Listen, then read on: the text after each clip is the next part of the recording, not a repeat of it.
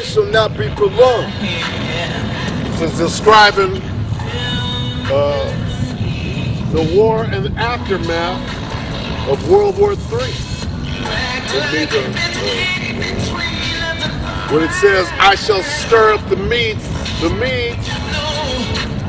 in ancient times were known as the Iranians or the Persians. That's the land, the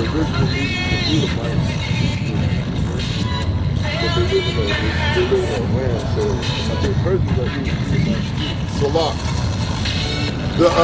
When it says the Medes, that's talking about the modern day East Indians with the dot in their head. In ancient times, they used to live in the land where the Persians are today, and that's what the scripture is talking about. It's talking about whoever's living in that land at this time, and that would be the Persians, the land of what is now called Iran.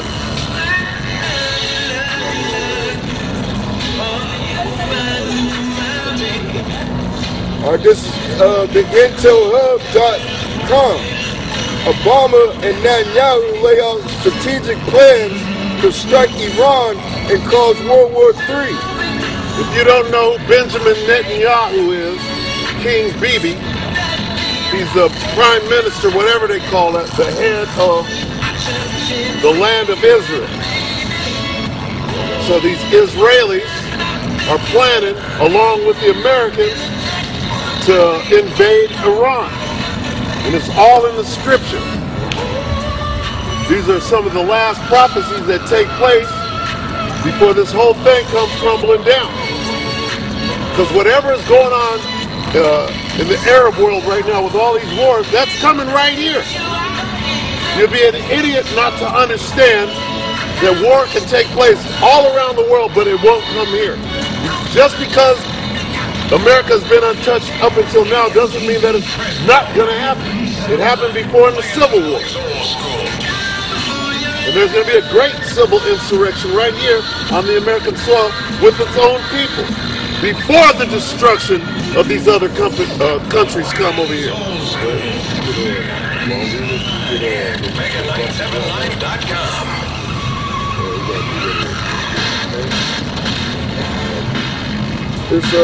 Israel Prime Minister Benjamin Netanyahu has come out publicly stating that he will authorize a military strike on Iran before U.S. elections in November. With the defense minister Ehud Barak, this is viewed as a preparatory strategy as the operation to stabilize and take over Syria, and Iran is prime on Israel's colonization agenda to control the Middle East. In New York, at the UN General Assembly, Netanyahu and Obama discussed their plans to use military and propaganda to justify and cover their agenda against Iran. Tom Donleon, National Security Advisor to Obama, and Ron Deemer, Senior Advisor to Netanyahu, are devising a 4-point plan to implement Israeli strategies into U.S. foreign policy concerning Iran. In this scenario, Obama will inform Congress in writing that he will use military force against Iran in response to their alleged nuclear weapons program. In asking for their approval, Obama could be enabled to circumvent their decision. It is decided that Obama will speak in Israel just weeks before the U.S. elections, where he will devote the U.S. military to Israel's plan to attack sovereign Islamic nations. Correlating their strategies, the federal intelligence and surveillance agencies in the U.S. will be upgraded so that regardless of who is elected this November, the U.S. government will be equipped with the necessary resources to attack Iran.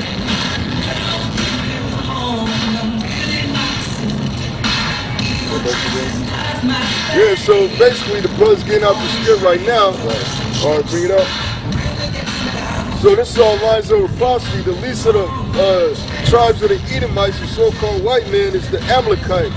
And the Amalekites, which came out of the Khazarian Empire and moved into the land of Israel with the act of 1948, when they moved the Jews from Germany to the land of Israel to occupy that land.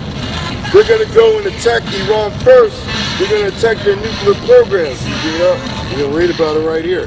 Jeremiah 50 and 45. Therefore hear ye the counsel of the Lord that he hath taken against Babylon, and his purpose that he hath purposed against the land of the Chaldeans.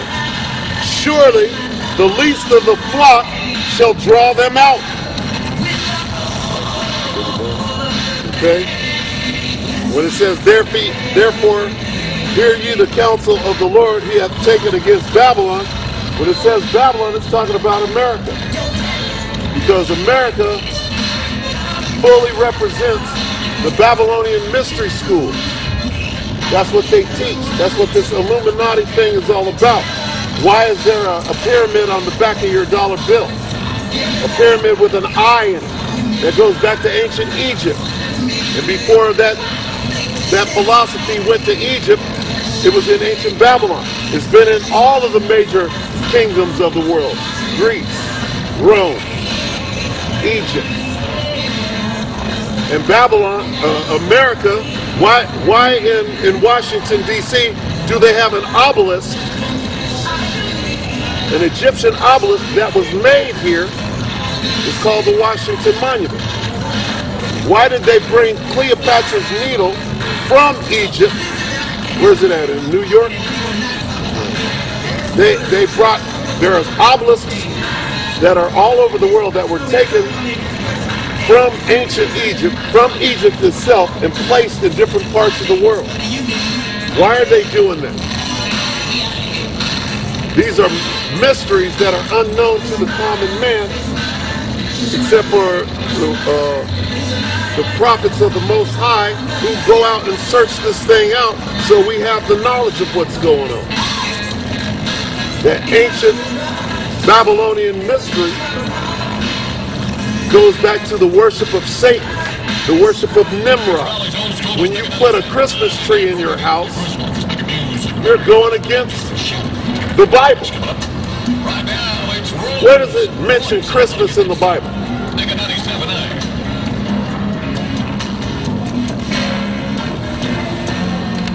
Matter of fact, I'm going to show you what it says about Christmas in the Bible.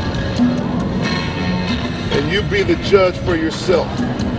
Every one of you here has had a Christmas tree in your house and opened presents, having no idea what it means. It's just a tradition that you do. Halloween, that's wicked on its face.